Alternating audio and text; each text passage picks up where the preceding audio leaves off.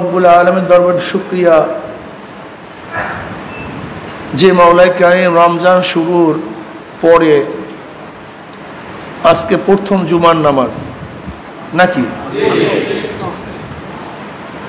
এই প্রথম জুমার নামাজে আপনাকে আমাকে জামাতের সাথে জুমার নামাজ আদায় করার তৌফিক দান করছেন।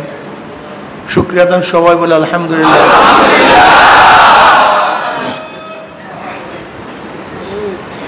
একা একা জুমার নামাজ হয় না, জুমার নামাজের শর্ত শারায়াত আছে।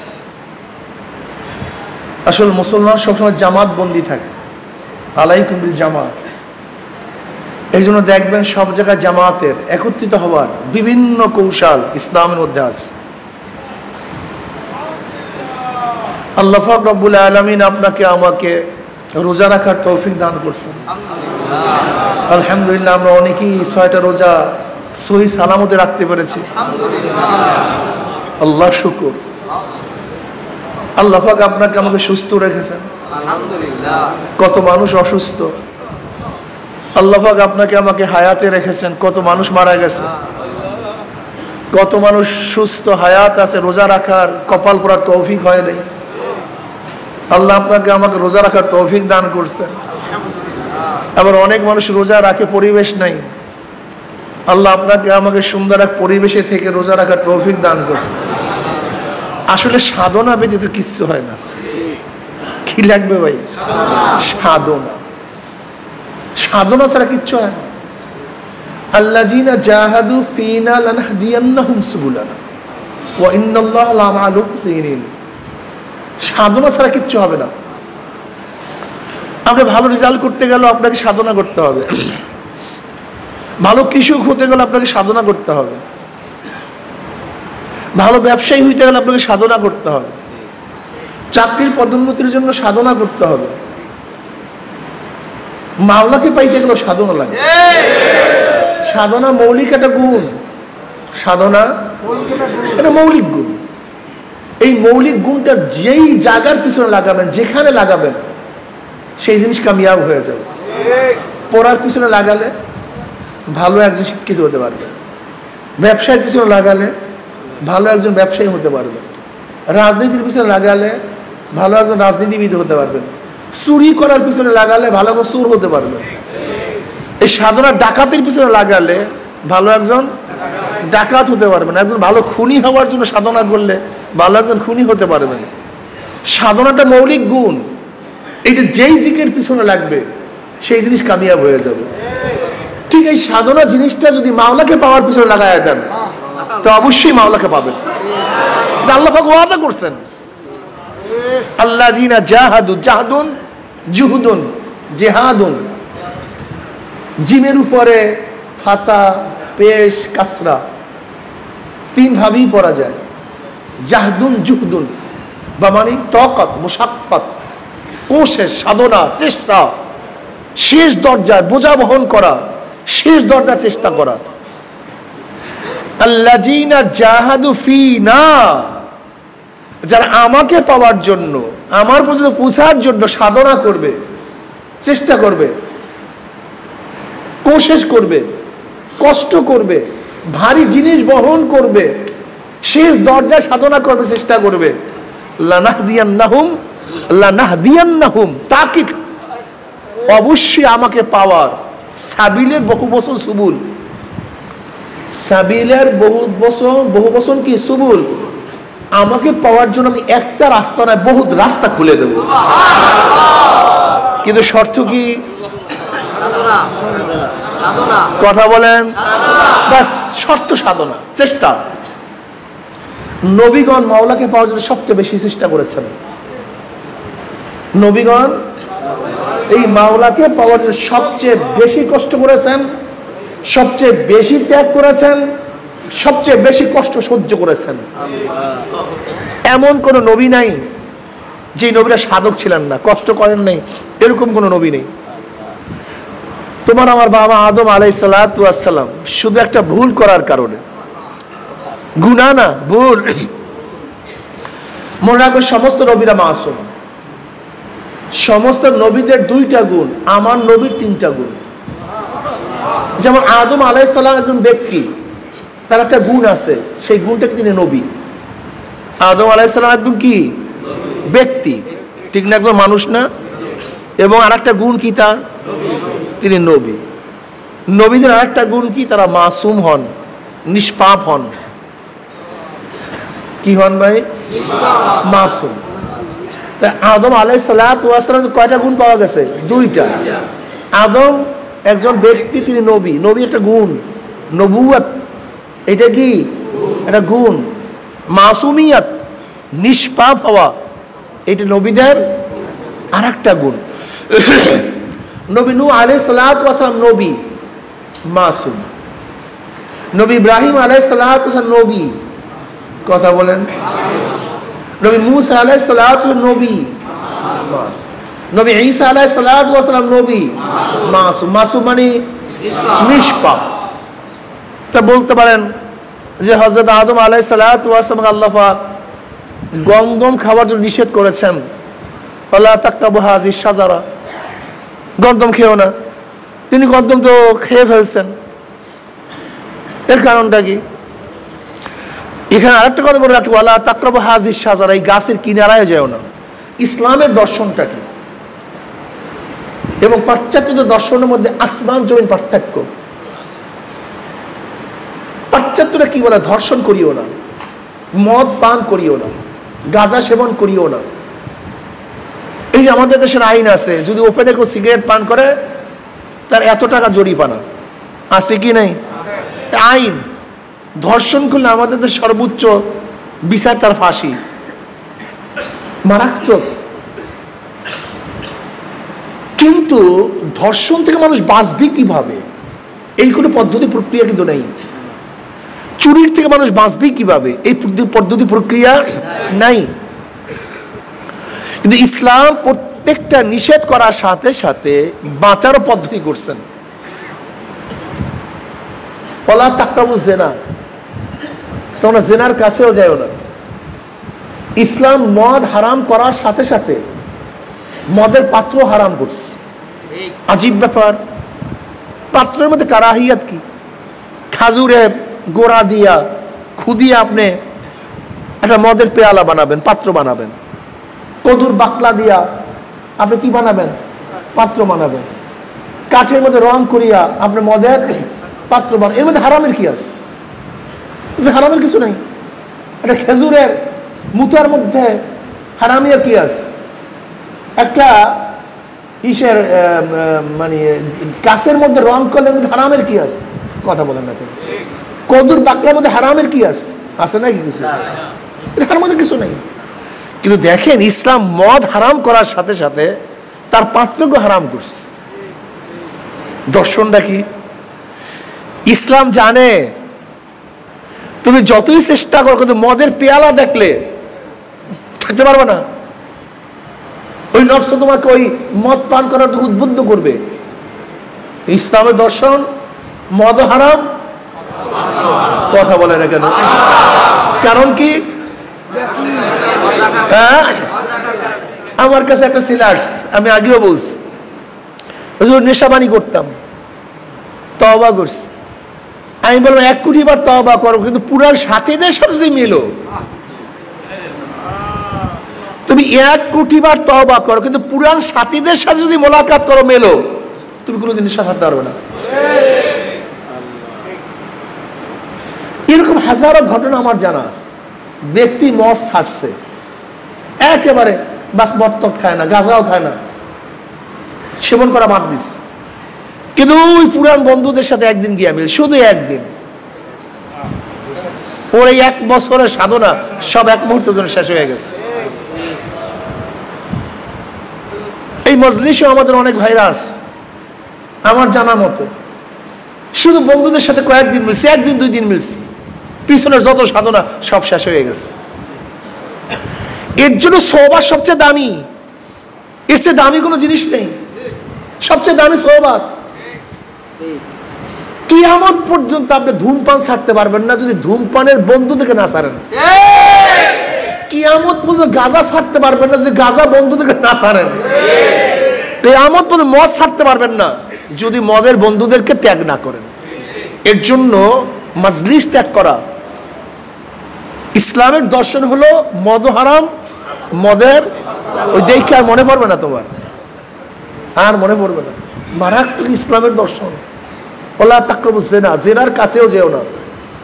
জিনা করতে নিষেধ করেননি, জিনার কাছেও যেও না। যদি কাছে যাও ও যত চেষ্টা করো কাজ হবে না। এর জন্য আদম আলাইহিস সালাতু ওয়াস সালাম আল্লাহ পাক আগেই বলছেন গন্ধম গাছের কাছেও যাও না, ওখানে গেলেই ভেজাল আছে, ওখানে গেলেই ওই যে কাছে যেও না। যদি কাছে যাও সমস্যা পড়বা, কাছে না যাও ঠিক থাকবা। সোহবাত সবচেয়ে দামি। আমি আমার সাথীদেরকে বলবো, আমার বন্ধুদেরকে বলবো, আমার গবেষণা, আমি যতটুক আল্লাহওয়ালাদের কিতাবাদি পড়তেছি, আসলে এলেমে মানুষকে কিছু করতে পারে না, কিচ্ছু না, কিচ্ছু না। যদি এলেম মানুষকে বাঁচাতে পারতো, তা শয়তানকে তার এলেমে বাঁচাইতে পারত। শয়তানের এলেমের কোনো অভাব নেই, জন্মের এলেম জানার কোনো অভাব নেই। সোহবাত ভাই সবচেয়ে দামি। পরিবেশ, আমাকে অনেকে বলে আইসে হুজুর নতুন বয়াত হয়েছে, আমি তোমার বয়াতে কাজ হবে না, তোমার 5 ঔষধ এই যে হালকা জিকিরের সোহবাত, জাকিরিনদের সোহবাত লাগবে। হালকা জিকির মানে শুধু জিকিরই না, ওরা জাকিরিনদের সোহবাত। তোমরা কোনো মাসিক ইস্তেমা করবো কি? আরে না পাকুল, মাসিক ইস্তেমা শুধু বয়ান না, ওটা সোহবাত। শুধু বয়ান না, তোমরা আমার মাসিক ইস্তেমা বয়ান। এই চরমনি এখানে আসছেন, এটা শুধু বয়ান? বয়ান তো মাত্র একটুখানি করি আমরা জোহরের পরে, এটা সোহবাত, পরিবেশ। এই যে জামাতে নামাজের এত গুরুত্ব কেন আপনি দেখছেন? অন্য রবায়ত, বিভিন্ন রবায়তের মধ্যে আসছে যার জামাত কাছে, মসজিদ কাছে, এরপরও ইচ্ছা করিয়া সে ব্যক্তি নামাজ জামাতে পড়ে নাই, একা একা পড়ছে, ফরজিয়াত তো আদায় হয়ে যাবে, জিম্মা শেষ হয়ে যাবে, কিন্তু তার ফরজ তরক হবে। হাদিসের মধ্যে আসছে। অনেক ইমামরা আবার ইচ্ছা করিয়া জামাত তার কথা নামাজই হয় না, নামাজ হয়ই না। কারণটা কি? সোহবাত, মুহাম্মাদের সাথে একত্রিত থাকা, জুমার নামাজ জামাত ছাড়া তো হয়ই না, সহিই না, সোহবাত। ঈদের সময় কি দেখছো বিভিন্ন এলাকার লোক একসাথে আসা, সব একত্রিত, সোহবাত। আরাফার ময়দানে একত্রিত হওয়া, সোহবাত। সোহবাত সবচেয়ে দামি, আল্লাহওয়ালাদের সোহবাত সবচেয়ে দামি ভাই। 1000 পৃষ্ঠা লিখছেন, ভুল ধরা পড়ে নাই, উস্তাদ এক নজর দেখছে 1000ও ভুল ধরা পড়ছে, এর নামই সোহবাত। কি কথাটা বুঝাতে পারি না? এর নামই সোহবাত। আমরা চলতেছি ফিরতেছি, আমাদের ভুল ধরা পড়ে না, কিন্তু বিজ্ঞ এক লোকের কাছে যাওয়ার সাথে সাথে ভুল ধরা পড়ে। এই মসজিদের মধ্যে এত কিছু দেখি, আমাদের নজরে ভুল দেখে না, ভুল ধরা পড়ে না। একজন ইঞ্জিনিয়ার দেখার সাথে সেগুলো ওই জায়গায় ভুল, এটা মারাত্মক ব্যাপার। তাই এর জন্য যারা ভালো হতে চান, ভালো সোহবাত এখতিয়ার করেন। যারা ভালো হওয়ার ইচ্ছা আছে, যাদের ইচ্ছা নাই, মনে রাখবেন, খুব ভালো মনে রাখবেন, সাঈদ ইবনে যায়েদ, সাঈদ রাদিয়াল্লাহু তাআলা আনহু, তিনি একজন আশারা মুবাশশারার মধ্যে, তার বাবা যায়েদ, তিনি জাহিলি যুগে ইসলাম গ্রহণ করার জন্য, ইসলাম পাওয়ার জন্য সিরিয়ায় চলে গেছেন। ওরাকা ইবনে নাওফাল ইসলাম পাওয়ার জন্য কি করছেন? সিরিয়ায় চলে গেছেন, সাধনা করছেন। ইসলাম পাওয়ার জন্য সাধনা করতে হবে। সালমান ফারসি রাদিয়াল্লাহু তাআলা ঘটনা জানেন। এই যে সাধনা ভাই, সাধনা। যায়েদ কিন্তু ইসলাম গ্রহণ করতে পারেনি। তিনি কাবা শরীফের গেলাম ধরে আসমান দিকে তাকায় বলেন, মাওলা তুমি সাক্ষী থাকো, আমি দ্বীনে হানিফের উপরে আছি, তুমি সাক্ষী থাকো, আমি মুশরিক টোশরিক না, আমি কারোর সাথে শরীক করি না, আমি দ্বীনে ইব্রাহিমের উপরে আছি, তুমি সাক্ষী থাকো। সাধনা করছে, বের হয়ে গেছে আরব থেকে, মক্কার থেকে। কোথায় দিন পাওয়া যায়? খ্রিস্টান পাদ্রীর কাছে গেছে, তার সোহবাতে গেছে। ওরা কেমন নাওফাল তিনি সিরিয়ায় গিয়ে এক পাদ্রীর কাছে গেছেন, এক খ্রিস্টান পাদ্রীর কাছে, রাহেবের কাছে। তার কাছে গিয়ে তিনি খ্রিস্টান ধর্ম গ্রহণ করছেন, নাসরানি ধর্ম গ্রহণ করছেন। কিন্তু ইসলাম আসার আগে হক ধর্ম ছিল কোনটা? নাসরানি, খ্রিস্টান ধর্ম। সাধনা করছে, এর জন্য বের হতে হবে, সাধনা করতে হবে মাওলাকে পাওয়ার জন্য। খালি ঘরে বসে বসে মাক্কি মারবা, কাজ হবে না। যেরকম ওরা করে নাফল জায়েদ ইসলাম মানে ইমান আনার জন্য, হক ধর্ম গ্রহণ করার জন্য সাধনা করছে, তোমাকে আমাকে কি করতে হবে? কথা কয় না কেন? ঘর থেকে বের হতে হবে, সাধনা করতে হবে, চেষ্টা করতে হবে। সালমান ফারসি রাদিয়াল্লাহু তাআলা আনহু জমিদারের সন্তান, বাবা বিশাল জমিদার, পারস্যের অধিবাসী। বাবার ছোট সন্তান সালমান ফারসি রাদিয়াল্লাহু খুব আদর করতেন, খুব স্নেহ করতেন, খুব মহব্বত করতেন, খুব ভালোবাসতেন, বাবার আদরই রাখতেন। আর সামনে একটা আগুন জ্বালায় দিতেন, ওই সারাদিন অবশ্যই আগুনের সামনে তপস্যা করতো, অগ্নি পূজক, সারাদিন অগ্নি পূজার মধ্যে ব্যস্ত থাকতেন। কে? সালমান ফারসি রাদিয়াল্লাহু তাআলা। ওই অগ্নি নিয়ে বসে থাকতেন। একদিন ঘর থেকে বের হয়েছে। কেন বের হয়েছে? তার বাবা বলতে, সালমান বুড়া হয়ে গেছি, বের হও, জায়গা জমি দেখো, খেত খোলা দেখো, গাছপালার অবস্থা কি দেখো, জমি জমার অবস্থা কি দেখো, আমি তো বুড়া হয়ে গেছি, এখন তোমাকে দেখতে হবে। সালমান ফারসি রাদিয়াল্লাহু তাআলা বের হলেন। সামনেই ছিল একটা গির্জা, গির্জার ফাঁক দিয়ে দেখে ইবাদত করতেছে কারা? খ্রিস্টানরা, নাসারারা ইবাদত করতেছে। খুবই মজা লাগছে, এক আল্লাহর ইবাদত করতেছে, এক আল্লাহর ইবাদত করতেছে, মজা। তিনি দেখতেছেন, মজা হইতেছেন, দেখতেছেন, মজা হবে। এই ভোর থেকে ইবাদত দেখা শুরু করেছে, সন্ধ্যা পর্যন্ত দাঁড়ায় আছে, ইবাদত দেখছেন। সন্ধ্যার সময় ঘরে ফিরছে। সালমান, জায়গা জমি দেখছো? না। কি করছো? করছোটা কি? খেত খোলা কিছু দেখো নাই, বাগান আদি কিছু দেখো নাই, করছো কি?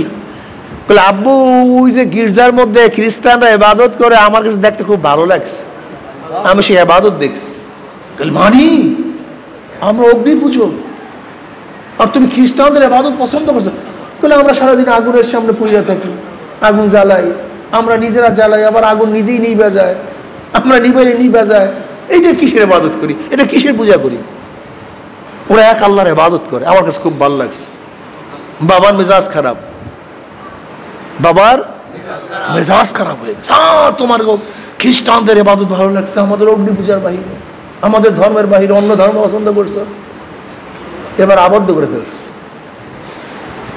কিন্তু ঈমান, মোহাব্বত এমন এক জায়গায় থাকে, ঈমান এমন এক জায়গায় থাকে যেখানে কোনো তীর পুষতে পারে না, যেই জায়গায় কোনো তলোয়ার আঘাত হানতে পারে না, যেখানে কোনো গুলি পুষতে পারে না। সালমানের অন্তরের মধ্যে মোহাব্বত ঢুকে গেছে। আবদ্ধ করলে হবে নাকি? কোনো লাভ নেই। অবশ্য ওই গির্জার সাথে রীতিমতো যোগাযোগ রাখতে আসছে সব সময়। এবার সালমান ফারসি রাদিয়াল্লাহু বললেন যে, তোমাদের বড় পাদ্রী রাহেব যখন আসবে আমাকে খবর দিও, আমি তার সাথে ইবাদত করব। খবর দেওয়া হয়েছে, গির্জা থেকে আসছে, তিনি গেছেন। তিনি যুবক মানুষ, আর সে তো আবেদ, ইবাদত করা শুরু করছে। সালমান ফারসি রাদিয়াল্লাহু বললেন, সারা রাত্র নামাজ পড়ছে, সারা রাত্র, সারাদিন রোজা, সারাদিন ইবাদত। এমনকি ইবাদত করতে করতে এই চামড়া এবং গোশত সব হাড্ডির সাথে মিশে গেছে। আমি তার সাথে ইবাদত করা শুরু করলাম। তিনি বললেন, সালমান তুমি পারবা না আমার সাথে এত ইবাদত করতে, তুমি মাঝে মাঝে ইবাদত করো, মাঝে মাঝে ঘুমায় পড়ো, মাঝে মাঝে ঘুমাও, মাঝে মাঝে ইবাদত করো। সালমান ফারসি রাদিয়াল্লাহু তাআলা আনহু তার সাথে মোলাকাত করেন, তার সোহবত ইখতিয়ার করেন। সোহবত শায়েখের সোহবাত এখতিয়ার করতেছেন। বাবা টের পাইছে, বাবা তাকে আবদ্ধ করে ফেলছে। এবার গির্জার সাথে বলতেছে, শায়েখ যখন আসবে আমাকে বলো, আমি তার সাথে চলে যাব, আমি তার সাথে চলে যাবো, থাকবো না। কাকে পাওয়ার জন্য? কথা কয় না, আগে মাঝে মাঝে প্রশ্ন করলে জবাব দেয় না। কার সন্তান? ও বয়ান শোনেন আপনারা? কার সন্তান? আরে জমিদারের সন্তান। অগ্নিপূজক তার ধর্ম, জমিদারের সন্তান, ধনীর পোলা, অনেক জমির মালিক। এবার সালমান ফারসি রাদিয়াল্লাহু তাআলা আনহু, তাকে খবর দেওয়া হয়েছে যে শায়েখ আসছে। তিনি তার সাথে মুসুলে রওনা করছে। কোথায়? মুসুলে রওনা করছে। কাকে পাওয়ার জন্য? ঘর ছাড়ছে, জায়গা, বাড়ি, বাবা, মা, বাস রওনা করছে মাওলাকে পাওয়ার জন্য। মানে সাধনা করতে হবে, যেরকম জায়েদ, ওরকম নওফল মাওলাকে পাওয়ার জন্য ঘর থেকে বের হয়েছে, মুসুলে চলে গেছে। শায়েখের সাথে ইবাদতের মগ্ন, মজার মজা। শায়েখ বুড়া হয়ে গেছে, শায়েখ এখন সালমান ফারসি রাদিয়াল্লাহু বললেন, শায়েখ কোথায় যাব? যদি আপনি মারা যান, আমি কার সোহবাত এখতিয়ার করবো, কার কাছে যাব? যাও মাওয়ারিবে চলে যাও, মাওয়ারিব, সেখানে আমার মতো আরেকজন শায়েখ পাবা, অমুক জায়গায়, অমুক গির্জায়, তুমি সেখানে চলে যাও। সালমান ফারসি রাদিয়াল্লাহু বলবেন, আমার শায়েখ ইন্তেকালের পরে আমি দ্বিতীয় শায়েখের কাছে চলে গেলাম। তাকেও আগের শায়েখের মতো পেলাম, সে ইবাদতগীর, আবেদ, বুজুর্গ ব্যক্তি, সব সময় একই কারবার, সারাদিন নামাজ, সারাদিন রোজা, সারাদিন জিকির, সারাদিন মুরাকাবা, এই একই হালাতে আছে। তার সোহবাত এখতিয়ার করলাম। তিনিও বুড়া হয়ে গেছেন, আমি তার সাথে থাকতে থাকতে তিনিও যাওয়ার পথে বললাম, শায়েখ আমি ইন্তেকালের পরে কার কাছে যাবো? বাইতুল মুকাদ্দাস চলে যাও, বাইতুল মুকাদ্দাস চলে যাও। তিনি ইন্তেকাল করছে, তিনি বাইতুল মুকাদ্দাস চলে গেলেন। কিন্তু সালমান ফারসি রাদিয়াল্লাহু বললেন, শায়েখ ভালো না, 2 নাম্বার। এটা কয় নাম্বার? 2 নাম্বার। ও ছদ্মবেশী, মানুষের জন্য দান করে, কিন্তু সুন্দুক ভরে রাখে, মানুষকে দেয় না, মানুষের হক আদায় করে না। লৌকিকতা আছে, রিয়া আছে, বাহ্যিকতা, 2 নাম্বার। সে মারা যাওয়ার পরে তাকে সবাই আনুষ্ঠানিকভাবে জানাজা দেবে, অমুক করবো তমুক করবো। আমি বললাম, না, এটা 2 নাম্বার। প্রমাণ কি? ওই যে দেখো, মানুষের জন্য স্বর্ণ দান করছে, ওই 7 সিন্ধুক স্বর্ণ বোঝাই করছে, মানুষকে দেয়নি, খুঁজে নেই, তাই মানুষ তাকে আর দাফন করে নেই, তাকে টানায় রাখছে বাইতুল মুকাদ্দাসের সামনে। 2 নাম্বার তুই একছে ভণ্ড। এরপর মানুষ আর একজন শায়েখকে বাইতুল মুকাদ্দাসের ইমাম হিসাবে দায়িত্ব হিসেবে দিয়ে আসছে। সালমান ফারসি আল্লাহর কসম, এই শায়েখ আগের শায়েখদের মতোই, সেই আবেদ, সেই মানের। আমি তার সোহবাত এখতিয়ার করতেছি, তার সাথে আসি, তার সান্নিধ্যে আসি। সান্নিধ্যে থাকতে থাকতে সেই শায়েখ বুড়া হয়ে গেছে। আমি বললাম, শায়েখ যাবো কোথায়? আপনি দুনিয়ার থেকে বিদায় হওয়ার পরে কার কাছে যাব? তার সোহবাত এখতিয়ার করব। আমার জানা মতে আমার মানের হক কোন শায়েখ আর জিন্দা নাই। তবে সালমান, তোমার যে বয়স, তুমি আখিরি নবী কি পেতে পারো? তুমি আখিরি নবী কি পাবা?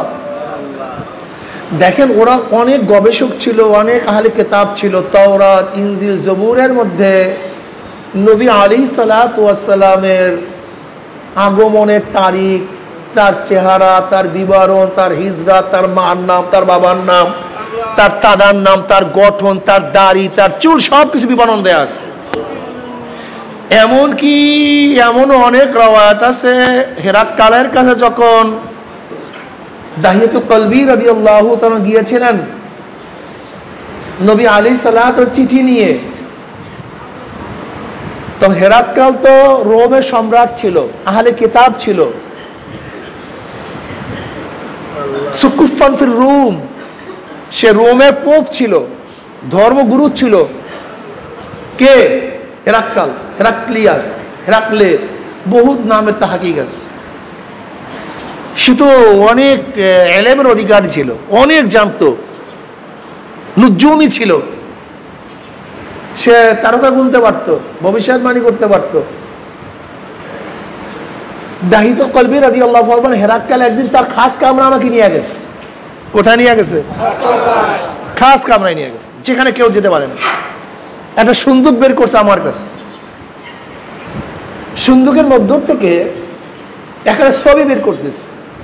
বলে দেখো তো এই ছবিটাকে চিনো কিনা? বল না। বলে এটা ইব্রাহিম আলাইহিস সালামের ছবি। আবার একটা ছবি বের করছে, বলে দেখো তো এটা চেনো কিনা? বল না। বলে নবী নূহ আলাইহিস সালামের ছবি। বলে আবার একটা ছবি বের করছে, দেখো তো এটা তোমার নবী কিনা? বলে না। বলে এটা অমুকের ছবি। আবার একটা ছবি বের করছে, বলে দেখো তো এটা চেনো কিনা? না। বলে তো মুসা আলাইহিস সালামের ছবি। দেখে খুব রাগান্বিত। এরপর আবার বের করছে, বলে এটা চেনো, এটা কে? নবী ঈসা আলাইহিস সালামের ছবি। দাহিয়াতুল কলবি বলেন হঠাৎ সে একটা ছবি বের করছে। আমি বললাম আল্লাহর কসম এইটা যদি মুহাম্মদ সাল্লাল্লাহু আলাইহি ওয়াসাল্লাম। হ্যাঁ ঠিকই বলছো, এটা আখির নবীর ছবি। কথা বুঝাতে পারছি? এমনকি আগেকার কিতাবের মধ্যে আব্দুল মুত্তালিবও সিরিয়ায় গেছিল না? সিরিয়া যাওয়ার পরে এক পাদ্রীর কাছে যাওয়ার পরে, তুমি কে? বলে আমি আব্দুল মুত্তালিব। বলে তোমার বাবার নাম কি? বলে হাশেম। বলে হাশেমের বাবার নাম কি? বলে আব্দে মানাফ। আমি তোমার পেটটা দেখতে পারি? বলে হ্যাঁ, সতর ব্যতীত সবকিছু দেখতে পারো। আব্দুল মুত্তালিব বলেন সে পাদ্রী আমার পেটটা দেখছে, দেখি বলছে আল্লাহর কসম তোমার বংশের মধ্যে আখিরি নবী আসবে, তোমার বংশের মধ্যে আখিরি নবী আসবে। যাই হোক, এরকম হাজারো ঘটনা আছে, হাজারো। এমনকি আবু বকর সিদ্দিক রাদিয়াল্লাহু তাআলা আনহু যখন সিরিয়ায় গেছেন, তাকে দেখাই খ্রিস্টান পাদ্রীরা বলতেছে তোমার নাম কি? কল আবু বকর। কল তোমার বাবার নাম? কল কুহাফা। তুমি কোন এলাকার? কলে মক্কার। তুমি কোন বংশের? এই বংশের, বনি তামিম বংশের। হযরত আবু বকর সিদ্দিক কোন বংশের? বনি তামিম, এরা কুরাইশের একটা অংশ। কারণ আমি কি তোমার বুকটা দেখতে পারি? তোমার উরু দেখতে পারি? তখনকার সময় উরু পর্যন্ত ফরজ ছিল না, এখন উরু এটা ফরজিয়াত। যাই হোক, আবার মাসালা বললে অনেকের হবে, কথা ঠিক না? উরু এটা সতর কি সতরটা এর মধ্যে ইখতিলাফ। যাই হোক, এটা আবার বললে মানুষের ইমানের ত্রুটি না আসে। যাই হোক, দেখার পরেই বলতেছে আখিরি নবীর দুইজন সহচর হবে, একজন একটু মুরব্বী আর একজন যুবক। যে মুরব্বী সহচর হবে সেই ব্যক্তি তুমি। বুঝাতে পারছে? ইয়ারিফুনাহু কামা ইয়ারিফুনা আবনাআহুম। ওরা নবীকে তো চিনতো, কিন্তু ইয়াকুব ঈমান আনতে পারে নাই। বলে সালমান, তোমার যে বয়স, এই বয়সে তুমি আখিরি নবীকে পাবা। বলে কোথায়? বলে ইয়াসরাবে হিজরত করবে, মক্কার দিকে। ইয়াসরাবে মক্কার থেকে হিজরত করবে, নোনা এলাকা হিজরত করবে, খাজুর বাগান হিজরত করবে। তার এই আলামত কি আলামত? সৎকার মাল খাবে না, হাদিয়ার মাল গ্রহণ করবে। তার দুই স্কন্ধের মাঝখানে কাঁধের মধ্যে মোহরে নবুয়ত থাকবে, নবুয়তের মোহর থাকবে। সালমান ফারসি বললেন আমার শাহেক মারা গেছে, নাই দুনিয়া। চিন্তা করলাম হেজাজ যাবো কিভাবে, ইয়াসরাবে যাবো কিভাবে, মদিনা যাবো কিভাবে? এর মধ্যে হেজাজ থেকে একদল লোক আসছে। এক বনেই কাটছে সিরিয়ায় বাইতুল মুকাদ্দাসে। আমি এই শায়েখদের সাথে থাকতে থাকতে আমি কিছু ছাগল ভেড়া গরু লালন পালন করতাম, বিশাল পাল হয়ে গেছে, বরকত দিছে আল্লাহ পাক। আমি অনেক ছাগল, অনেক ভেড়া, অনেক দুম্বার, অনেক গরুর মালিক। আমি ওদেরকে বললাম, শোনেন ভালো মতো, আমি ওদেরকে বললাম এই আমার গরু ছাগল ভেড়া দুম্বা জাহাজ সব তোমাদের, শুধু আমাকে মদিনা ইয়াসরাবে নিয়ে যাও, এই সব কিছু তোমাদের, আমাকে ইয়াসরাবে নিয়ে যাও, আমাকে সেখানে পুষাইয়া দাও। তুমি আমি ইসলাম পাওয়ার জন্য দুইটা ত্যাগ করি না। আরে গিয়াদারা, একটা পাই ব্যয় করতে চাই না। ইনফাক ফি সাবিলিল্লাহ, ইনফাক আল্লাহর রাস্তায় খরচ করা ব্যতীত মাওলাকে পাওয়া যায় না। এই যে যারা এখানে আসছেন খরচ করতেছেন, সব সদকায়ে জারিয়া, সব মাওলার পথে, সব মাওলার পথে। ইলমে দ্বীন অর্জন করার জন্য যা কিছু ব্যয় করবেন সব মাওলা আপনাকে কবুল করে নেবেন। কোনো সন্দেহ আছে মিয়া? হ্যাঁ, কোনো সন্দেহ আছে?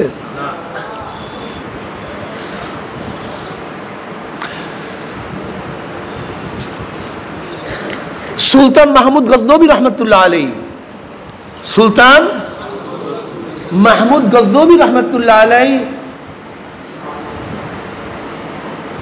তিনি একবার বের হলেন। তিনার মধ্যে তিনটে সন্দেহ ছিল। কয়টা সন্দেহ ছিল? কিয়ামতের এক সন্দেহ ছিল তার মধ্যে, যে সবকিছু ধ্বংস হবে, বিলীন হবে, নিস্তেজ হয়ে যাবে, অস্তিত্ব থাকবে না, আবার এগুলোকে আল্লাহ পাক পূর্ণবার কিয়ামত করবেন। একটু সন্দেহ ছিল। তিনি সুবক্ত খানের তিনি বংশধর কিনা সন্দেহ ছিল। আর একটা হলো উলামায়ে কেরাম নবীর ওয়ারিস কিনা, এই হলো সন্দেহ আছে। এই তিনটে সন্দেহ তার মধ্যে কাজ করত। সুলতান মাহমুদ গজনবী রহমতুল্লাহ রাতে বের হয়েছেন, দেখে একটা ছেলে মোতালা করতেছে, কিন্তু আলো নাই, দোকানের আলো, হোটেলের আলোতে দাঁড়ায় পড়াশোনা করতেছে। সুলতান মাহমুদ গজনবী রহমতুল্লাহ আলাইহির কাছে স্বর্ণের বাতি ছিল, স্বর্ণের বাতি, যেটা তৈরি করে স্বর্ণ দিয়া। লোকেরা স্বর্ণের বাতি তার পিছনে পিছনে হাঁটতো, তিনি সেই আলোতে চলতেন। এখন তিনি দেখতেছেন একটা ছেলে মোতালা করতেছে একটা দোকানের আলোতে, কি নাই, তার কাছে আলোর কোনো ব্যবস্থা নেই। এটা দেখে তার কাছে খুব খারাপ লাগছে। সুলতান মাহমুদ গজনবী রহমতুল্লাহ আলাইহি সেই তলাবে এলেমকে সেই স্বর্ণের বাতিটা দান করছে, তুমি এইটা দিয়ে পড়াশোনা করো, যাও। পাগল খাওয়া হয়ে গেছে, কথাটা বুঝাতে পারেনি। এলমে দ্বীনকে সম্মান করছে, তোলাবাদেরকে সম্মান করছে, তোলাবাকে ইজ্জত করছে, এলেমকে সম্মান দেখাইছে। রাত্রে ঘুমাইছে, নবী আলাইহিস সালাত ওর স্বপ্নে দেখতেছেন। এবার নবী আলাইহিস সালাম সম্পন্ন বলে, সুবক্তগণের বংশধর, তুমি আমার এক উত্তরসূরিকে সম্মান করছো, আল্লাহ পাক দুনিয়া এবং আখিরাতে তোমাকে কামিয়াব করেন। এক স্বপ্নের মধ্যে তিনটা মাসালা হল হয়েছে। তিনি সুবক্ত খানের বংশধর কি বংশধর না, এটা নিয়ে শেষকাল ছিল। নবী আলাইহিস সালাম সম্বোধন করছেন তার বংশের দিকে। কিয়ামত সম্পর্কে সন্দেহ ছিল, তিনি কি বললেন, আল্লাহ পাক তোমাকে কিয়ামত দুনিয়া এবং আখিরাতে কামিয়াব করেন। আর নবীর ওয়ারিসকে উলামায়ে কেরাম কি না, এই সন্দেহ ছিল। নবী আলাইহিস সালাম বললেন কি, আমার এক উত্তরসূরিকে তুমি সম্মান দেখাই, এই জন্য আল্লাহ পাক দুনিয়া এবং আখিরাতে তোমাকে কামিয়াবি দান করেন। বুঝাইতে পারি, সাধনা লাগবে পাগল। এই যে তোলাবা, এখানে আপনারা আসছেন সবাই তোলাবা, সবাই এলেম অর্জন করার জন্য আসছেন, সবাই আহলে এলেম অর্জন করার জন্য আসছেন। জানেন প্রতিটা মুহূর্ত কত বরকতপূর্ণ। সালমান ফারসি রাদিয়াল্লাহু বললেন, আমি তো অর্থ কামাই করছি, আমি তাদেরকে বললাম আমাকে ইয়াসরাবে নিয়ে যাও, সব তোমাদের। ওরা আমাকে ঠিকই ইয়াসরাবে যখন নিয়ে আসছে, ওই সত্তার কসম যার হাতের মধ্যে আমার জীবন, আমি মদিনায় ঢোকার সাথে সাথেই এলাকা দেখেই বুঝতে পারছি আমার সাহেব যে এলাকার কথা বলছে এই এলাকায় সেই এলাকা। কিন্তু ওরা আমার সাথে গাদ্দারি করছে। ওরা আমার সাথে কি করছে? গাদ্দারি করছে। আমাকে আজাদ রাখে নাই, এক ইয়াহুদির কাছে গোলাম হিসেবে বিক্রি করে দিচ্ছে। কিন্তু যেহেতু এটা ইয়াসরাব, এটা মদিনা, এখানে নবী আলাইহিস সালাম হিজরত করবেন, আমার সমস্যা কি? আমি গোলামি জিন্দগি করি। কাকে পাওয়ার জন্য? নবী আলাইহিস সালামের সান্নিধ্য পাওয়ার জন্য, তো মাওলাকে রাজি খুশি করার জন্য, তার সান্নিধ্য অর্জন করার জন্য, তাকে পাওয়ার জন্য। জমিদারের সন্তান কি করতে আছে? কি করতে আছে? গোলামি করতে আছে।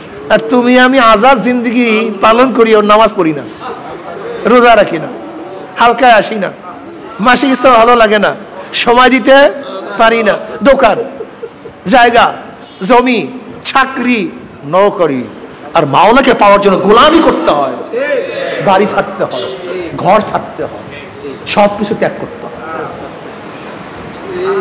জমিদারের সন্তান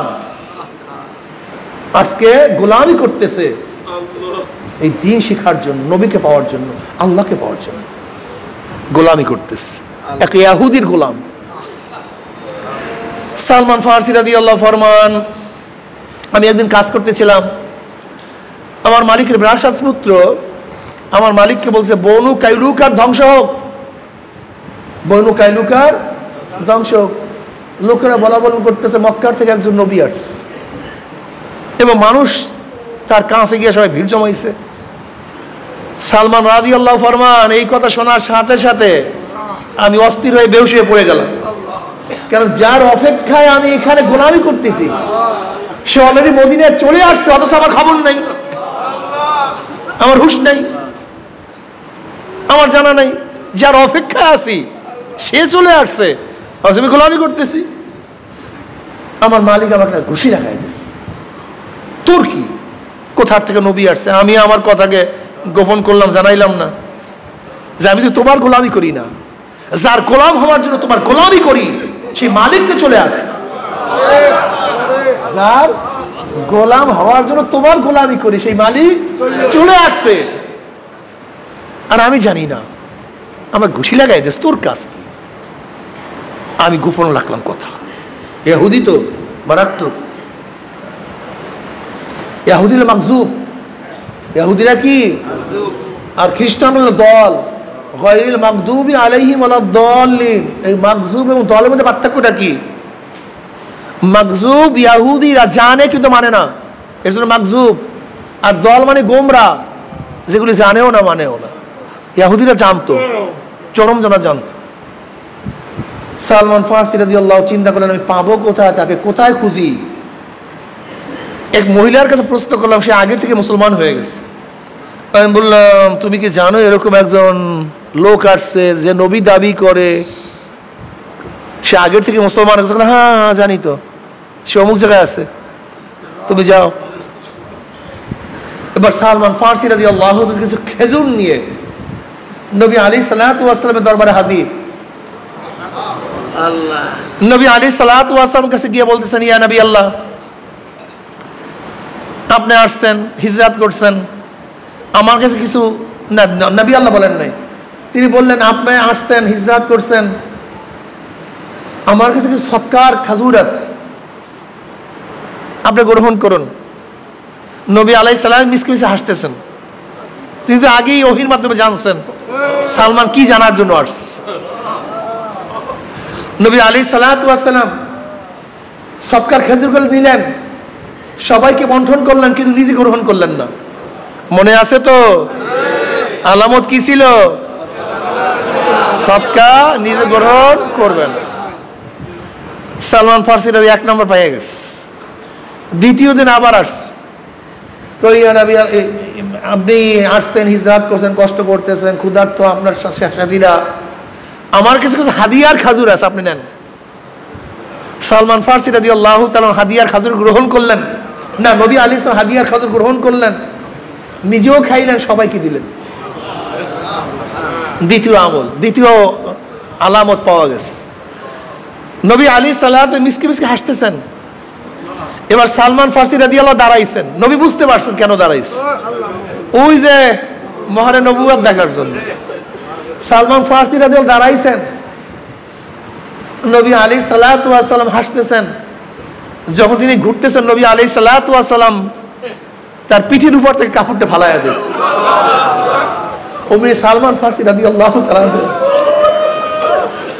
মহারে নবুয়ত সুবহ বসায়া দিয়েছে। বলি ইয়া নবী আল্লাহ, আমাকে কলমা পড়ান। এবার নবী আলাইহিস সালাতু ওয়াস সালাম সালমানকে বলে, সালমান সব সাহাবাদের সামনে বলো কোন পাদ্রী তোমাকে কি বলছে আমার ব্যাপারে, ইহুদি খ্রিস্টান আলেমরা তোমাকে কি বলছে সবাইকে শোনাও। সালমান ফার্সি রাদিয়াল্লাহু তাআলা সব ঘটনা শুনাইলেন, যে তার আলামত এই, তার চিহ্ন এই, যে অমুক জায়গা আসবে, অমুক জায়গা আসবে। আগেকার কিতাবের আলেমরা সব আমাকে বলে গেছে। সালমান ফার্সি রাদিয়াল্লাহু তাআলা আনহুকে এবার নবী আলাইহিস সালাতু বললেন, তুমি তোমার মালিকের সাথে মুখাতাবা করে নাও, চুক্তি করে নাও যে কি দিলে তোমাকে আজাদ করবে। তুমি তাকে কি দিলে তোমাকে আজাদ করবে, চুক্তি করে নাও। সালমান ফার্সি রাদিয়াল্লাহু ইহুদির কাছে গেছে, বলে আমি তোমার সাথে মুখাতাবা করতে চাই, চুক্তি করতে চাই। বলে কি চুক্তি? বলে তুমি আমাকে কিভাবে আজাদ করবা, কিসের বিনিময়ে আজাদ করবা? আগে বললাম না ইহুদি খতরনাক মাকজুব। ও বলছে হ্যাঁ তোমাকে আজাদ করবো, 300 খেজুর গাছ লাগাইতে হবে, এবং প্রত্যেকটা খাজুর গাছে যখন খাজুর ধরবে, একটাও যদি খাজুর না ধরে কাজ হবে না। কি বোঝা শয়তান কাকে বলা? 300 খাজুর গাছ লাগাবা, এই 300 খাজুর গাছই খাজুর দিতে হবে, একটা কম দিলে হবে না। নাম্বার 2, 40 অকিয়া স্বর্ণ দিতে হবে, 40 অকিয়া স্বর্ণ মুদ্রা দিতে হবে। সালমান ফার্সি বললেন 80 মণ ঘিও হবে না, আর নাচানাচি হবে না, 40 অকিয়া সম্মান পাবে, কিন্তু বললাম। আর 300 খাজুর গাছ, প্রত্যেকটা খাজুর গাছে খাজুর হবার পরে আজাদ, দিল্লি বহুত দূর আছে, কি করবে বেচারা? সে তো বুঝতে কোনো কাজ হবে না। সরদার দো আলম আলাইহিস সালাতু ওয়াস সালাম রাহমাতুল্লাহ আলাইহি, ওমা আরসালনাকা ইল্লা রাহমাতাল লিল আলামিন। সরদার দো আলমের কাছে আসছে, যার কাছে মানুষ সমস্ত সমস্যা সমাধান খোঁজে, শান্তি পায়, মুক্তি পায়। ওয়াকার রাসূলুল্লাহ সাল্লাল্লাহু আজওয়াদান নাস, নবী আলাইহিস সালাতু ওয়াস সালাম সবচেয়ে বেশি দানশীল দানবীর। বুখারীর মধ্যে রওয়ায়াত আছে। যুদ এবং সাকার মধ্যে পার্থক্যটা কি? আসকার নাস বলেন নাই, তিনি বেশি বন্টনকারী, বেশি দানশীল বলেন নাই, আজওয়াদুন নাস বলছে। ইমাম রাগিব ইসফাহানি রাহমাতুল্লাহ আলাইহি জুদের তাহকিক করেন, আল ইতাউ মা ইয়ানবাগি লিমা ইয়ানবাগি। জুদ বলা হয় যার যা প্রয়োজন তাকে তা দেয়া, আর সাকা বলা হয় মাল বন্টন করা, শুধু একটা গুণ। আর জুদ বলা হয় যাকে যেই জিনিসের প্রয়োজন তাকে সেই জিনিস দেওয়া। ওয়াকানা রাসূলুল্লাহ সাল্লাল্লাহু আন আব্দুল্লাহ ইবনে আব্বাস রাদিয়াল্লাহু তাআলা قال কানা রাসূলুল্লাহ সাল্লাল্লাহু আজওয়াদান নাস, নবী আলাইহিস সালাতু ওয়াস সালাম সবচেয়ে বেশি দানশীল ছিলেন, দানবীর ছিলেন, জুদ ছিলেন। যার ইলমের প্রয়োজন তাকে ইলম দিতেন, যার মারিফতের প্রয়োজন তাকে মারিফত দিতেন, যাকে সান্ত্বনা দেওয়ার প্রয়োজন তাকে সান্ত্বনা দিতেন, যাকে মালের প্রয়োজন মাল দিতেন, কাপড়ের প্রয়োজন কাপড় দিতেন, খাদ্যের প্রয়োজন খাদ্য দিতেন, বুদ্ধির প্রয়োজন বুদ্ধি দিতেন, পরামর্শের প্রয়োজন পরামর্শ দিতেন। এবার বেচারা আসছে, মন তো বেজার, মন বেজার, বেচারা করবে কি? ও সালমান, চুক্তি করছো, লাভ কি শুনাইয়া? চুক্তি তো হইছে, কিন্তু লাভটা কি? বলে কি চুক্তি, কি পরামর্শ, কি সহায়, কি দিছে? বলে ইয়া নবী আল্লাহ, এই 300 গাছ খাজুর লাগাইয়া খাজুর হইতে হবে, 40 অকিয়া স্বর্ণ মুদ্রা দিতে হবে। যাও চুক্তি করে ভালো, দস্তখত করে ভালো, যাও, কোনো কথাবার্তা নাই। তুমি যেইটাকে অসম্ভব মনে করো, আমার মাওলা ইচ্ছা করলে 1 সেকেন্ডের মধ্যে সে সম্ভব করতে পারে। চুক্তি, সাথীদেরকে সাহায্য করতে হবে, সাথীরা বিপদে বলে উদ্ধার করতে হবে। সাথীদের প্রয়োজন হলে সবাই চান্দা দরিয়া কিভাবে প্রয়োজন উদ্ধার হয় এখন বলবো। চুক্তি করো। সালমান ফার্সিরা চুক্তি করছেন ইহুদিদের সাথে। এবার সাদ্দাত আলাইহিস সালাতু ওয়াস সাহাবাদেরকে ডাকলেন, হ্যাঁ সাহাবারা, কে কয়টা খাজুর গাছ আছে চারা দিতে পারবা? তুমি কয়টা দিবা? তুমি কয়টা? তুমি কয়টা? বাস উছল শুরু হয়ে গেছে। আল্লাহ, দেখছেন কত সুন্দর। এই আজকে যে পড়ছি হাদিসের মধ্যে, খুতবার মধ্যে, আল মুমিনু কারজুল ওয়াহিদ, ইন ইশতাকা আইনুহু ইশতাকা কুল্লুহু ওয়া ইন ইশতাকা রাসুহু ইশতাকা কুল্লুহু। গোটা দুনিয়ার মুমিন একটা শৈলের মতো, একটা শৈলের। মুমিনের হালই ভিন্ন। এই তুমি কয়টা? তুমি কয়টা? তুমি কয়টা? ইসলাম তো এইভাবেই চলে। মসজিদ কারোর ব্যক্তিগত টাকায় হয় নাই, প্রত্যেকের দানের টাকায়। এই যে তোমার মাদ্রাসা কারোর ব্যক্তিগত টাকায় নেই, সবাই টাকা। এটাই তো ইসলাম, ইসলামের সৌন্দর্যতা। এইটাই তো মুসলমানের সৌন্দর্যতা। আমাকে অনেক বলে হুজুর মসজিদ করবো, টাকা নেই। আমি কিসের ফান্ড? তুমি কিসের ফান্ডের মালিক? ফান্ডের মালিক তো আল্লাহ। আল্লাহ গনিউন ওয়া আনতুম ফুকারা। ধনীকে তোরা তো সব ফকিরের গোষ্ঠী। তুমি ফান্ডের চিন্তা করো না, ফান্ড তো আল্লাহর কাছে। শুরু করো, একটা দুইটা অকে আনো। আল্লাহ কসম করে বলতেছি, রোজা মুখে আমার কাছে বহুত ঘটনা আছে যে জিরো ফান্ডে মসজিদের কাজ শুরু করছে, জিরো ফান্ডে মাদ্রাসার কাজ শুরু করছে, কিন্তু তাকওয়া সাগরের উপরে, তাকওয়ার ভিত্তির উপরে কাজ শুরু করছে। গিয়া দেখি বিশাল মসজিদ, গিয়া দেখি বিশাল মাদ্রাসা, অথচ ফান্ড ছিল কি? জিরো। বিশ্বাস করেন না তোমার নাই করেন, নাস্তিকরা হয়রান পরেশান হয়ে যায় যে বিনা ফান্ডে ইসলামের কাজগুলি চলে কিভাবে। এই যে মাদ্রাসার যত কাজ হয় গোটা বাংলাদেশ, গোটা দুনিয়ার মধ্যে যত মাদারিসগুলি আছে, মসজিদগুলি আছে, এর কোনো নির্দিষ্ট কোনো ফান্ড আছে? হ্যাঁ, অথচ অর্থনীতিবিদদের কাজ কি? প্রথম আপনি ফান্ড করবেন, বাজেট কত? আগে বাজেট, তারপরে কাজ। আর আমাদের ইসলামের কাজ হলে আগে কাজ, এবার বাজেট। সুবহানাল্লাহ। মানে অর্থনীতির সাথে কোনো মিলই নাই। অর্থনীতির মূল থিমটা কি? আপনারা রাস্তা করবেন, আগে কি হয়? কথা বলে না কেন? আপনি এত লোককে খাওয়াবেন, আগে কি হয়? আর এই যে মাদ্রাসায় এত ছাত্র ভর্তি হইবে, কোনো বাজেট আছে? কোনো বাজেট নেই, কোনো বাজেট টাজেট নেই। এত বড় মাদ্রাসা, মসজিদ হবে, কোনো বাজেট আছে? ইসলামের কাজ আগে কাজ, তারপরে বাজেট। আর দুনিয়ার অর্থনীতির কাজ হলো আগে বাজেট, তারপরে কাজ। যুদ্ধ, যুদ্ধ করার আগেই বাজেট, এত বাজেট, তারপর যুদ্ধ। আর আমরা কি করি? আগে যুদ্ধ শুরু করি, তারপরে বাজেট করি। কি কথা বুঝাতে পারি? মিলবে না কার সাথে। তা আমাদের বাংলাদেশের নাস্তিকরা চিন্তা করে, ঘটনা কি? ফান্ডিং করে কে? হাজার হাজার মাদ্রাসা, লক্ষ লক্ষ তোলাবা। নিশ্চয়ই মনে হয় ওসামা বিন লাদেন ফান্ড দেয়, নিশ্চয়ই মনে হয় জিএমপিরা ফান্ড দেয়, নিশ্চয়ই মনে হয় দায়েশরা ফান্ড দেয়। আসলে তোমার ছাতাও জানে না কে ফান্ড দেয়। যেখান থেকে ফান্ড আসে ওই ফান্ড করে দেখার সম্ভাবনা কেউ রাখে না, কেউ দেখে না। সালমান ফার্সি রাদিয়াল্লাহু তাআলার ব্যাপারে বলল, এই খাজুর গাছ দাও, চারা দাও।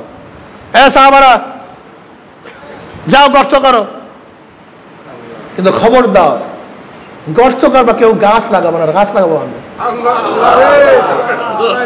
গাছ লাগাবো, অন্য কেউ গাছ লাগাবো না। খবরদার, খালি গর্ত করবা আর আমার কাছে চারা দিবা, আমি রোপণ। সাহাবায়ে কেরাম রিদওয়ানুল্লাহ আজমাইন গর্ত করলেন, চারা নিয়ে আসলেন। 10 মিলি করি কাজ, হারি জিতি নাহি লাস। 10 লাঠি, এগুলো মনে রাখবেন। মুজাহিদরা, চরমনের মুজাহিদরা। কেউ একটা বিপদে বলে সবাই আগে আসেন, সবাই কাছে যান। 10-এর লাঠি 1-এর বোঝা।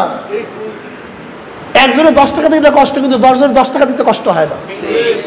আমার সাথীদেরকে এইভাবে সাহায্য করেন, সহযোগিতা করেন, সবাই মিলেমিশে আসেন, হাত বাড়ান, হাতকে প্রশস্ত করেন, কাঞ্জুস হয়েন না। নবী আলাইহিস সালাতু ওয়াস সালামের কাছে চারা দেয়, নবী রোপণ করেন, চারা দেয়, নবী রোপণ করেন। কিছুদিনের মধ্যে খাজুর এসে গেছে 298টার মধ্যে। কয়টার মধ্যে? 2টার মধ্যে নাই, একটাও মিস নেই। নবী আলাইহিস সালাতু ওয়াস লাগাইছেন, একটাও মিস নাই, কিন্তু 2টা তো খাজুর আসে না। ঘটনা কি? নবী আলাইহিস সালামের ঘটনা কি? 298 খাজুর আসছে, 2টা আসে নাই কেন? আবু বকর রাদিয়াল্লাহু আনহু, ইয়া নবী আল্লাহ, ফাঁকে আমি লাগাইয়া ফেলাইছিলাম। ওমর রাদিয়াল্লাহু আনহু বলে, ফাঁকে আমি আরেকটা লাগাইয়া ফেলাইছিলাম। এই 2টা খাজুর আসে নাই। যে একটু আবু বকর রাদিয়াল্লাহু একটা, ওমর ইবনে খাত্তাব রাদিয়াল্লাহু একটা, এই 2টা খাজুর আসে। নবী আলাইহিস সালাম আবার নিজের হাতে 2টা লাগাই দিলেন, খাজুর চলে আসছে। এবার 40 ওকিয়া স্বর্ণ দেবে কোথার থেকে? নবী আলাইহিস সালাতু ওয়াস সালাম হাদিয়া হিসাবে একটা কবুতরের ডিমের মতো স্বর্ণ আসছে। কবুতরের ডিমের মধ্যে, হাদিসের মধ্যে এইভাবেই আসছে, কবুতরের ডিমের পরিমাণ একটা স্বর্ণ মুদ্রা হাদিয়া হিসেবে আসছে। নবী আলাইহিস সালাম বললেন, সালমান যাও, এই স্বর্ণ মুদ্রা দিয়ে তোমার 40 ওকিয়া স্বর্ণ মুদ্রা পূরণ করে দাও। কল, ইয়া নবী আল্লাহ, এ তো বোঝেন নাই, একটা ডিমের মতো, এ দিয়ে এত স্বর্ণ, এত। যাও, কথা কম কও, কাম বেশি। সালেকদের কথা কম, কাজ বেশি। সালেকদের বুদ্ধি নাই, যুক্তি নাই, তর্ক নাই। সালেকদের কাজ হলো করা, আদেশ পালন করা, এইটাই সালেকদের কাজ। সালমান ফারসি, ইয়া নবী, এইটা এত কথা কম, চা এইটা দিয়ে পূরণ করে দাও। সালমান ফারসি বলেন, আল্লাহর কসম, আমি ওই অল্প স্বর্ণ দিয়ে পরিপূর্ণ 40 ওকিয়া স্বর্ণ তাকে পূর্ণ করে দিছি। আমার এক তোলা স্বর্ণ কোনো ঘাটতি পড়ে নেই। সালমান ফারসি রাদিয়াল্লাহু আনহু আজাদ হয়ে গেল, মুক্তি হয়ে গেল। নবী আলাইহিস সালাতু ওয়াস সালাম আগমনের সেই পাদ্রীদের, রাহেবদের এলেম থেকে আমরা জানতে পেরেছি সালমান ফারসি রাদিয়াল্লাহু ইসলামের জন্য কি সাধনা করছে, তাই আমরা জানতে পেরেছি। কত ত্যাগ করছে সেটা আমরা জানলাম। তাদের ইমানের মজবুতি কি ছিল, অথচ আমাদের ইমানের মজবুতি কি। এখন বলতে পারেন, হুজুর সালমান ফারসি রাদিয়াল্লাহু এই ঘটনা যে বললেন, এতজন শায়েখ চলে গেছে, তিনি এত এত করছেন, বয়স কত? কোন রওয়ায়াতের মধ্যে আছে 250 বছর হায়াত পাইছে। কত বছর? কোন রওয়ায়াতের মধ্যে আছে 350 বছর হায়াত পাইছে। 350 বছর। সালমান ফারসির জানার বুদ্ধিটি খন্দক খোদা হয়েছিল, পরীক্ষা খনন করা হয়েছিল। জলিল কদর সাহাবী ছিল, অনেক আবেদ ছিল, অনেক জ্ঞানী ছিল, নবী আলাইহিস সালামের পরামর্শদাতা ছিলেন, অনেক জ্ঞানী ছিল। সাধনা বুঝ, সাধনা ছাড়া কিছু হয়, কথা কয়, সাধনা ছাড়া। এই সাহাবাদের ইতিহাস ঘটনা কেন শোনাই, কত সাধনা করছে। আমার মনে হয় প্রতিদিনই খালি তাদের ঘটনাই বলতে থাকে, এর থেকে ইমান মজবুত হয়। ভাইও, রমজান মাস আসছে, একটু সাধনা করো, রহমতের 10 দিন চলিয়ে যাইতেছে। সারা জিন্দেগি খালি দুনিয়া দুনিয়া করতে করতে জীবনটাকে শেষ করে ফেলাইলাম। আর মুমিনের কলবটা থাকে কম্পাসের কাঁটার মতো। কিসের কাঁটার মতো? কম্পাসের কাঁটা যত জার্কিং দেন, ঘুরিয়া ফুরিয়া আবার উত্তর। মুমিনের কলবটা যত জার্কিং দেন, ঘুরিয়া ফুরিয়া ওই মাওলার দিকে। जिधर देखता हो भाई तू ही तू है, हर गुल में तू है, रंग में तू है, दो में तू, हर जात तू। जिधर देखता हूँ मैं तू ही तू है, तू ही तू।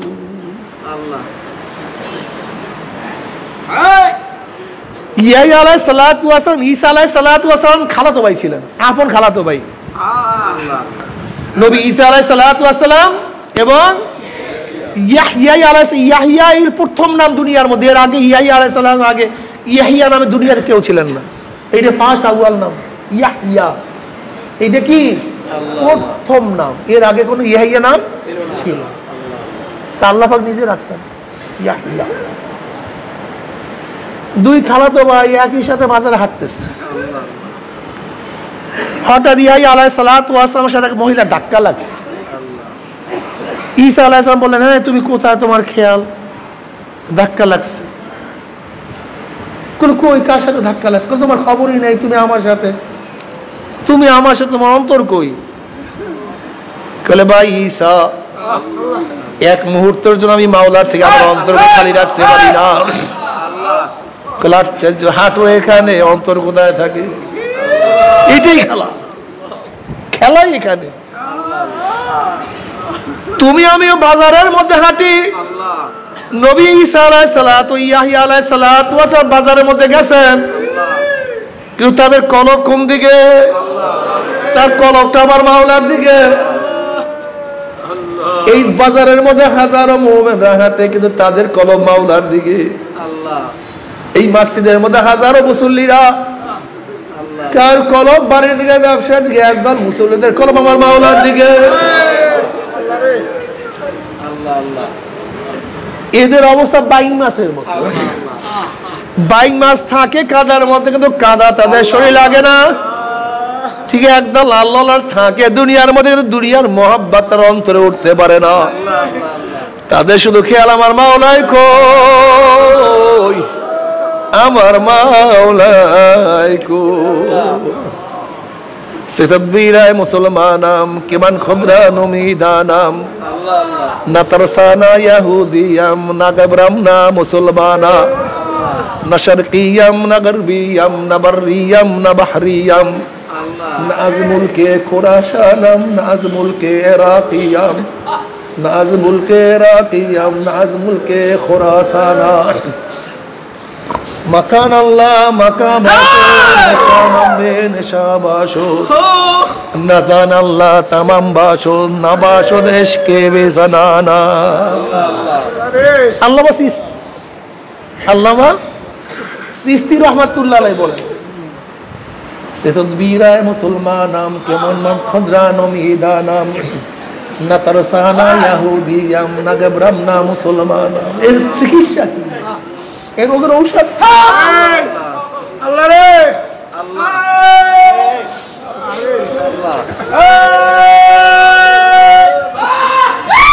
আমি জানি না সাধনা কি, এই রোগের চিকিৎসা কি, সমাধান কি আমি নিজেই জানি না। আমি ইহুদি না, আমি খ্রিস্টান না, আমি মুসলমান, আমি কি আমি নিজেই জানি না। না শারকিয়াম না গরবিয়াম না বররিয়াম না বাহরিয়াম, না আজ মুলকে ইরাকিয়াম না আজ মুলকে খুরাসানাম। আমি কি মাশরিকে আছি, আমি মাগরিবে আছি, আমি পশ্চিমে আছি না পূর্বে আছি, আমি কি জমিনে আছি না পানিতে আছি? না শারকিয়াম না গরবিয়াম না বররিয়াম না বাহরিয়াম, নাজ মুলকে ইরাকিয়াম নাজ মুলকে খুরাসানাম। আমি কি ইরাকের মাটিতে না আমি খুরাসানে আছি আমি জানি না, আমার কিছু জানা নাই। মোকালাম না মোকাবাসো, দেশালাম বেনেশা বাসো, না জান আল্লাহ তামাম বাসো, না বাসো দেশকে বেজনানা। আমার মোকাম এখন নামোকাম হয়ে গেছে, আমি আমার অস্তিত্ব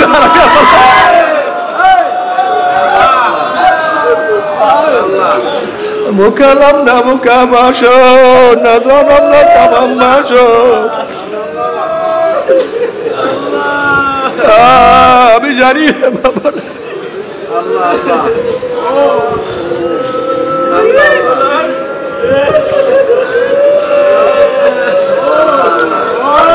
যেরকম ঈসা আলাইহিস সালাতু ওয়াস সালাম ইয়াহইয়া সালাতু ওয়াস সালাম একই সাথে বাজারে কিন্তু খবর না।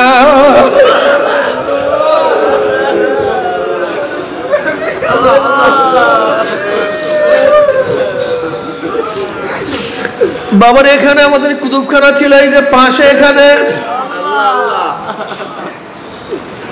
এই দোতলার মধ্যে রুম ছিল। আমরা এক এক রুমের মধ্যে থাকতাম। আমি ঠিক এই কোনা রুমে থাকতাম, মাঝখানে হল রুম ছিল। আব্বাজান রহমাতুল্লাহ ফজরের সময় ওই পিছনের বাড়ির থেকে হল রুম হয়ে তারপর সিঁড়ি থেকে নামিয়া মসজিদে আসতেন। ঠিক আমি এই রুমের মধ্যে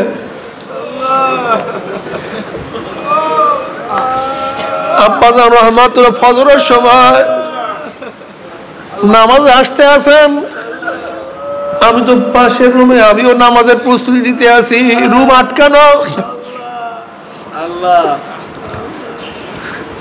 আমি দরজার কাছে বের হবে, এর মধ্যে আব্বাজান থেকে আস্তে আস্তে বের হয় গুনগুন। যখনই এক পা সিঁড়ির মধ্যে হাউত হাউত করে কান্না শুরু করছে,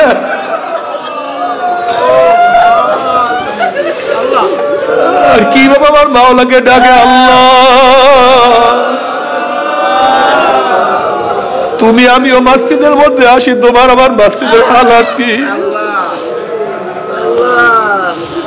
আর তারা যখন ঘরের থেকে মসজিদে আসে, ওয়াজাকার আসমা রাব্বিহি ফাসাল্লা, ওয়াজাকার আসমা রাব্বিহি ফাসাল্লা, ওয়াজাকার আসমা রাব্বিহি ফাসাল্লা। তারা আমার মাওলার, আমার রবের, আমার মালিকের নাম নেয়, তারপর নামাজ আদায় করে।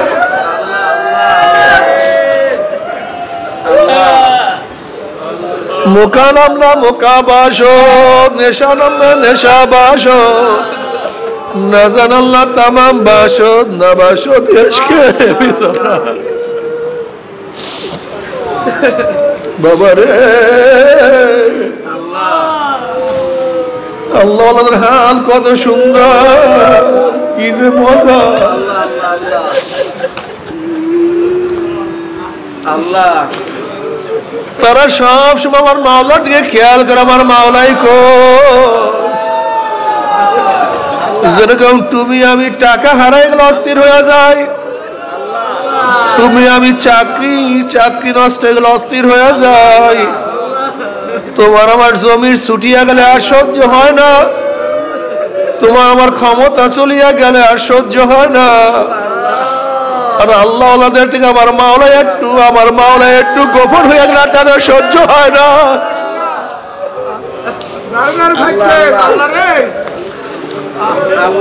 রশিদ আহমদ গঙ্গি রহমতুল্লাহ আলাইহি একবার ডাইন পাও দিয়ে ইস্তেনখানা ঢোকার পরে তার কলবের হালাত বন্ধ হয়ে গেছে। এখন কান্দে অস্থির, আমার কি ভুল হইল, আমার কি হইল, আমার কলবের হালাত কেন নষ্ট হয়ে গেছে। কান্দতে কান্দতে 40 দিন পরে এলাম, আসলো আরশি তুই সুন্নাতের খেলাফ কেন বাথরুমে ঢুকছ। তাদের কলমটা কি যে সুন্দর, কি যে ভালো। আর কিয়ামতের ময়দানে কোন টাকা কোন পয়সা লা ইয়ানফাউ মালু ওয়ালা বানুনা ইল্লা মান আতাল্লাহ বিকলবিন সালিম। একমাত্র সুস্থ কলম, পরিষ্কার কলম, রূপমুক্ত কলম, যেই কলমের মধ্যে ময়লা নাই, রোগ নাই, কালি নাই।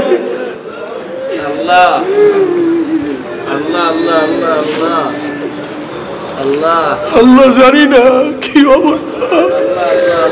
ইয়াওমা লা ইয়ানফাউ মালু ওয়ালা বানুনা ইল্লা মান আতাল্লাহ বিকলবিন সালিম। বাবারে আমার জন্য দোয়া চাই, আমিও দোয়া করি, সবাই সবার জন্য দোয়া করো। একটু দোয়া করিও, একটু দোয়া করিও, জানি না কি অবস্থা। আল্লাহ আল্লাহুম্মা আমিন। মওলা মাফ করিয়া দাও,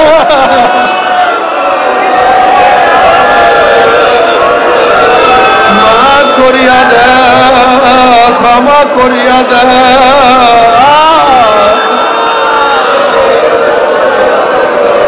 আল্লাহর রহমতের 6 দিন চলিয়া যাইতে আছে, আল্লাহর রহমতের 6 দিন চলিয়া যাইতে আছে। যাই না রহমত পাইলাম কি পাইলাম না। আল্লাহ আমাদের সবার উপর রহমত নাযিল করো, আল্লাহ আমাদের সবার উপর রহমত নাযিল করো, আল্লাহ সবার উপর রহমত নাযিল করো। আল্লাহ আমাদের সবাইকে ক্ষমা করিয়া দাও, মাফ করিয়া দাও।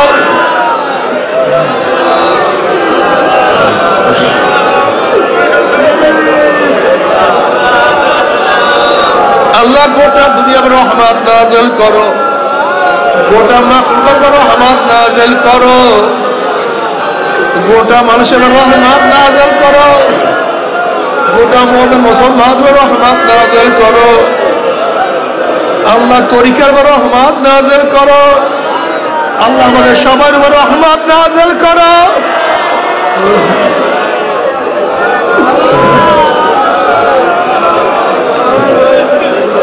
আমাদের পরিবার পরিজনের উপর রহমত নাযিল করো।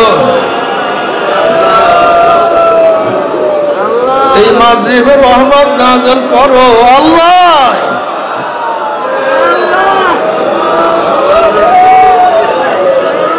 আল্লাহ আমরা হাত তুলছি, একজনকে জাহান্নামে নিও না আল্লাহ, একজনকে জাহান্নামে নিও না। এই তরিকার মধ্যে যারা দাখিল হবে একজনকে জাহান্নামে নিও না। আমাদের পরিবার পরিজনকে কাউকে জাহান্নামে নিও না। গোটা দুনিয়ার কোন মুমিন মুসলমানকে জাহান্নামে নিও না আল্লাহ। আমাদের সবাইকে জান্নাতুল ফিরদাউস দান করো।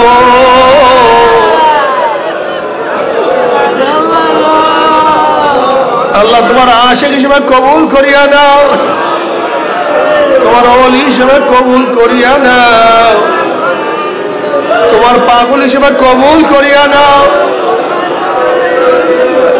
আল্লাহ। আজকে শুক্রবার দিন আল্লাহ, রমজান মাস, রোজাদারকে সাথে নিয়ে তোমার ধরে হাত তুলছে রে মালিক। اللهم إني أسألك من خير ما سألك به نبيك محمد صلى الله عليه وسلم، ونعوذ بك من شر ما استعاذ منه نبيك محمد صلى الله عليه وسلم، وأنت المستعان وعليك البلاغ ولا حول ولا قوة إلا بالله। আল্লাহ তোমার জমিনে তোমার হুকুমত ইসলাম হুকুমত কায়েম করে দাও আল্লাহ। সাহাবায়ে কিরামদের নমুনায় সহিহ জিহাদ করার তৌফিক দিয়া দাও।